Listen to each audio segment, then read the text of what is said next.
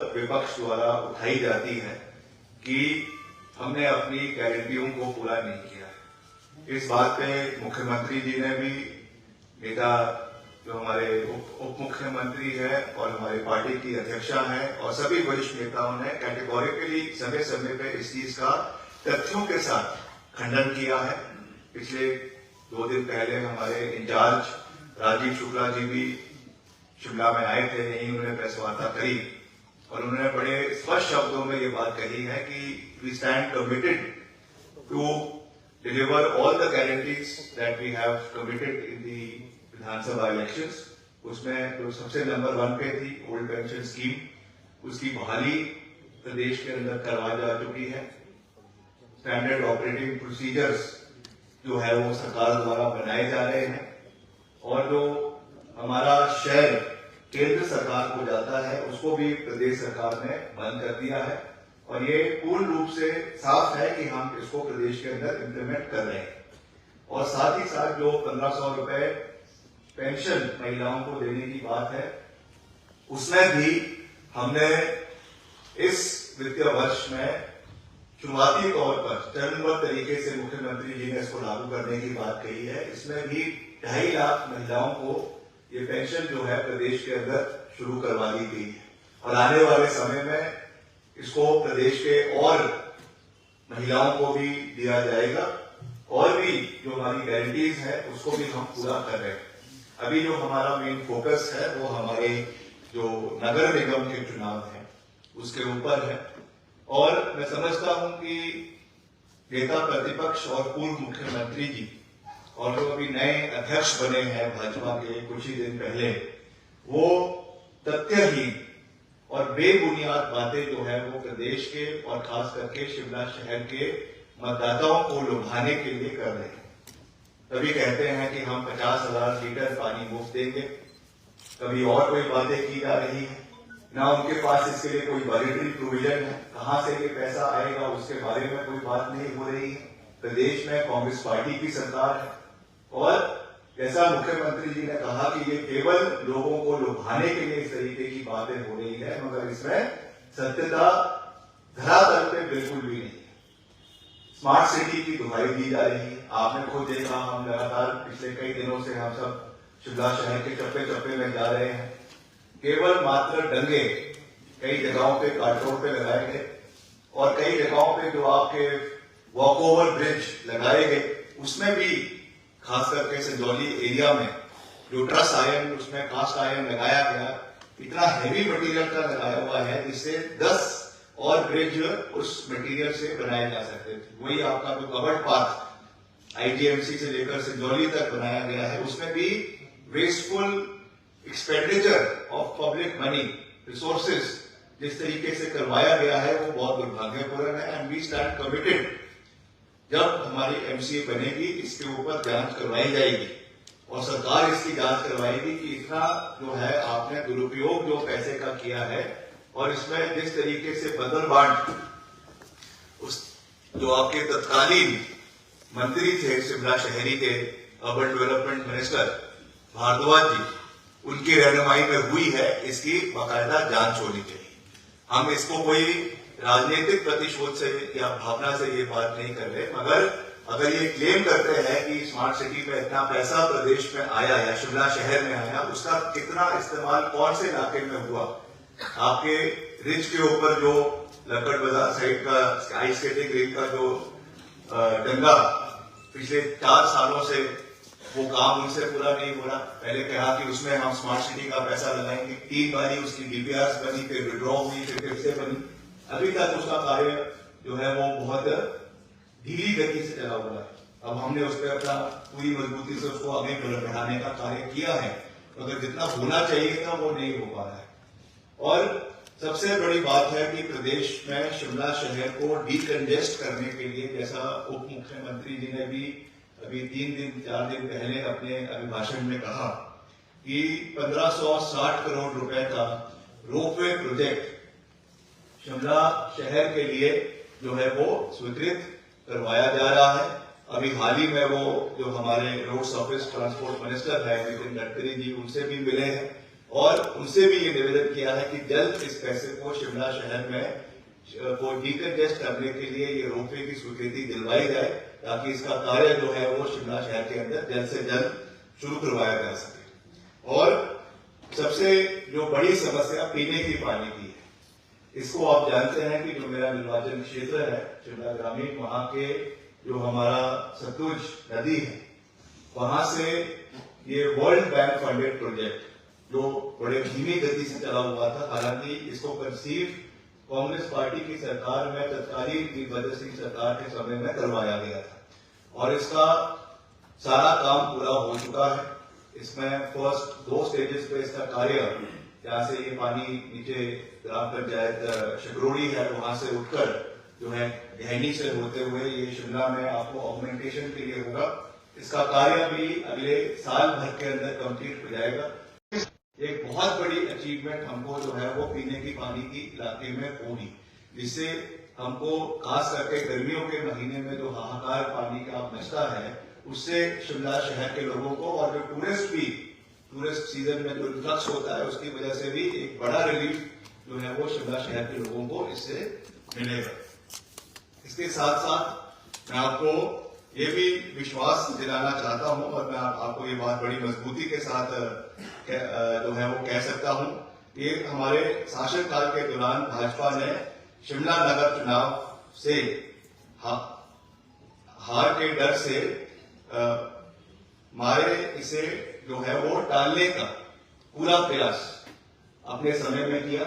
हालांकि दुहाई ये दी गई कि इसको हम जो है ये, क्योंकि ये मामला सब जुडिस है, कोर्ट में है, मगर अगर वो चाहते तो उसको पहले भी रिजॉल्व करवाया जा सकता था। जो कुछ ऑब्जेक्शंस माननीय हाई कोर्ट ने उस समय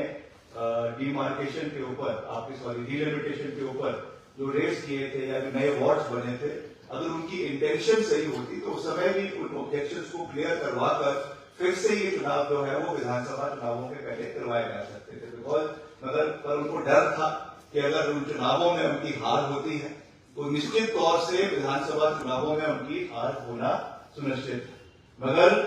होली को जो है वो कोई टाल नहीं सकता।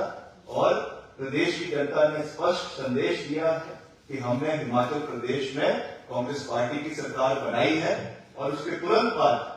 माननीय मुख्यमंत्री जी ने जो है इसके चुनावों की घोषणा, इसकी जो जितनी भी औपचारिकता थी उसको पूरी करवाई और फिर इलेक्शन कमीशन ने इसकी घोषणा जो है वो करवाई और आज हमारे शिमला नगर निगम के चुनाव हो रहे हैं और 34 वार्डों में वापस जो पहले वाला इसमें डिलिमिटेशन प्रोसेस था उसके माध्यम से चुनाव हो रहे हैं। And we are very confident कि हम इसमें पूर्ण बहुमत से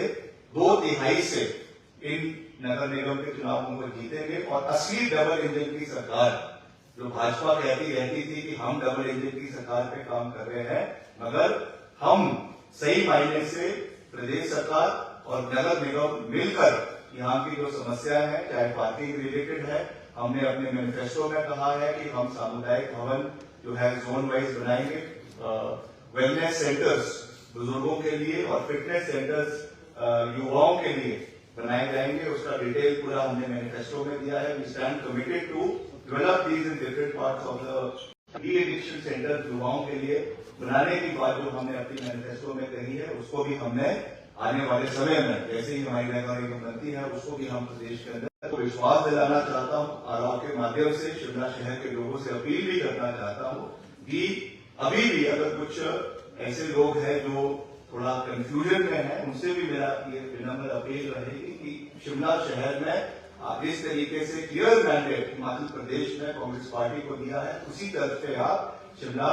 शहर में भी क्लियर मैंडेट जो है वो कांग्रेस पार्टी को दे, ताकि हम मिलकर यहाँ के मुद्दों को उठाए। और मैं समय समय पर ये बात कही विधानसभा के अंदर भी, मैंने अभी पीछे जो बजट सेशन था उसमें भी ये बात कही, मुख्यमंत्री जी ने भी उस बात को कहा कि हम एक सकारात्मक राजनीति में विश्वास रखते हैं, पॉलिटिकल जो है पॉजिटिव पॉलिटिक्स, और उसके लिए जयराम जी कहते रहते हैं कि केंद्र में भाजपा की सरकार है, प्रदेश में या म्यूनिसिपल कॉर्पोरेशन में कोई पैसा नहीं आएगा। जयराम जी आप चिंता ना करें, आपसे ज्यादा पैसा हम दिल्ली से लेकर आएंगे और मोदी जी से लेकर आएंगे, शहरी विकास मंत्री से लेकर आएंगे, ग्रामीण विकास मंत्री से लेकर आएंगे और आपको दिखाएंगे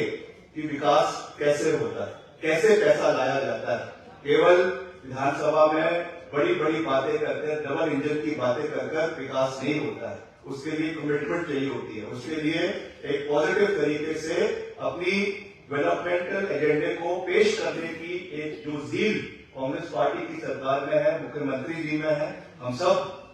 मंत्रियों में है, विधायकों में है, उस चीज का हम एक सकारात्मक और एक अच्छा मॉडल हिमाचल प्रदेश की जनता को पेश करेंगे। मैंने अभी पीछे भी कई बार इस चीज का जिक्र किया है, हालांकि वैसे ये केवल म्यूनिसिपल कॉर्पोरेशन से मुतल्लक प्रेस कॉन्फ्रेंस है, मगर मैं ये बात साफ कर देना चाहता हूं कि जहां तक हमारे डिपार्टमेंट है, मेरा डिपार्टमेंट है लोक निर्माण, इसमें भी हमने पीछे अभी कई हमारे जो दिग्गज नेता है, रूरल डेवलपमेंट मिनिस्टर है, आपके रोड सर्फेस ट्रांसपोर्ट मिनिस्टर है, उनसे हजारों करोड़ रुपए हिमाचल प्रदेश में अलग अलग स्कीम्स में हम लाने में, अलग अलग हेड्स में हम लाने में सफल हुए हैं, कुछ अभी पाइपलाइन में है। और मुझे ऐसा भी सुनने में आ रहा है कि जब विधानसभा के अंदर ये बात आई कि 2800 करोड़ हमको PM-3 पैकेज में मिला और वीरू लठानी सड़क जो आपकी, उसके लिए 800 करोड़ रुपए जो है वो NH ने स्वीकृत करवाया। उसके बाद कहा तो ये गया कि भाजपा के कुछ नेता धन्यवाद कर रहे हैं, दिल्ली में अनुराग ठाकुर जी की अध्यक्षता में 3-4 सांसद मिले, कहा तो ये गया, मगर पीछे से बात ये हुई तो निकल कर आ रही है कि उन्होंने उनसे निवेदन किया कि ये पैसा आप रोक दे, ये पैसा आप हिमाचल प्रदेश को ना दे, इस तरीके की बात जो है वो निकल कर आ रही है। मैं समझता हूँ ये बहुत दुर्भाग्यपूर्ण है कि इस तरीके से डेवलपमेंटल प्रोजेक्ट्स को कहाँ तो भाजपा के नेताओं को समर्थन करना चाहिए कि चाहे PM-3 के पैकेज है, चाहे 4 लेनिंग के माध्यम से जो पैसा आ रहा है, कॉम्पनसेशन के माध्यम से, मैंने पहले भी कहा, विधानसभा में भी कहा कि रिकॉर्ड 1600 करोड़ रुपए हमने प्रदेश में 3 महीने के कार्यकाल में हम जो है लैंड एक्विजिशन के लिए हमने मुख्यमंत्री जी की अध्यक्षता में ये देने में हम सफल हुए। हालांकि मैं रिकॉर्ड पे बोल रहा हूँ, ये पैसा NHAI का है, मगर ये पैसा बहुत लंबे समय से अटका हुआ है, जो इकोनॉमी में नहीं आ पा रहा था। जो पहली बार मुख्यमंत्री जी नितिन गडकरी जी से मिले, उन्होंने कहा कि अगर हम इसमें 4 लेनिंग के कार्यों में गति लाना चाहते हैं, it is very important and important कि पहले आप जो है इन पैसे का बंटवारा सही रूप से करें। उसके लिए मल्टीपल बैठकें डिप्टी कमिश्नर्स के साथ हुई, आपके रेवेन्यू के अधिकारियों के साथ हुई, फॉरेस्ट के अधिकारियों के साथ हुई, and in a matter of 3 months 1600 crore रुपए प्रदेश की इकोनॉमी में आया। ये भी हमारे लिए बहुत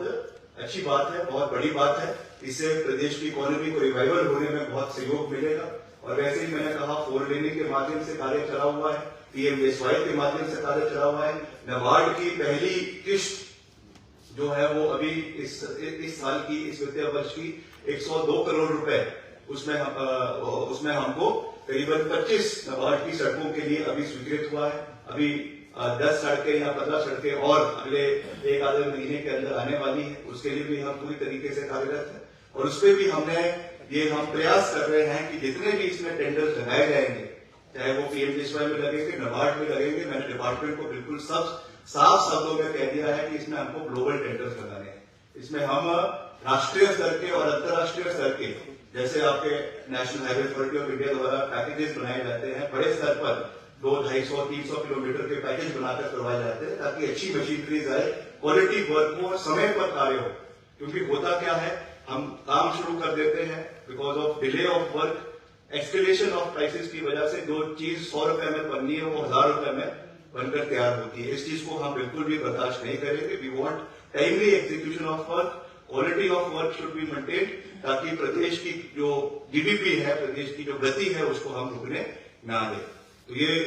तो है जो मेरे डिपार्टमेंट के मुतल्लक था। बाकी जहां तक शिमला शहर की बात है, उसमें भी मैंने आपको बड़े विस्तृत रूप से हर चीज के बारे में जानकारी दी है। और क्योंकि मैं खुद भी शिमला रूरल से विधायक भी हूँ, एंड उसके चलते all 3 MLAs from Shimla urban, Kusumpti and Shimla rural, they are also part of the proceedings of municipal corporation. तो उसमें भी मैं आपको विश्वास दिलाना चाहता हूं कि जब नया आपके एमसी का गठन होगा तो उसमें हम लगातार हाउस की प्रोसीडिंग्स में भी भाग लेंगे और जो भी हमसे वहां के विकास के लिए, वहां के इलाके के जो हमारे चाहे एम्बुलेंस रोड्स के निर्माण की बात है, कई जगहों पे सूरेज की नई सूरेज लगाने की बात है, आपके एलईडी लाइट्स लगाने की बात है, पार्क्स बनाने की बात है, उन मुद्दों को हम विधानसभा में और सरकार के मुतलक तो उठाएंगे ही, उसका निराकरण करेंगे, मगर हाउस में भी समय समय पर बैठकर हम इसकी सकारात्मक इसमें चर्चा भी करेंगे और इसमें जो हमसे हो सकता है उसमें हम पूरा योगदान भी इसमें देंगे। इसका मैं आपको पूरा विश्वास दिलाना चाहता हूं। अगर आप कुछ पूछ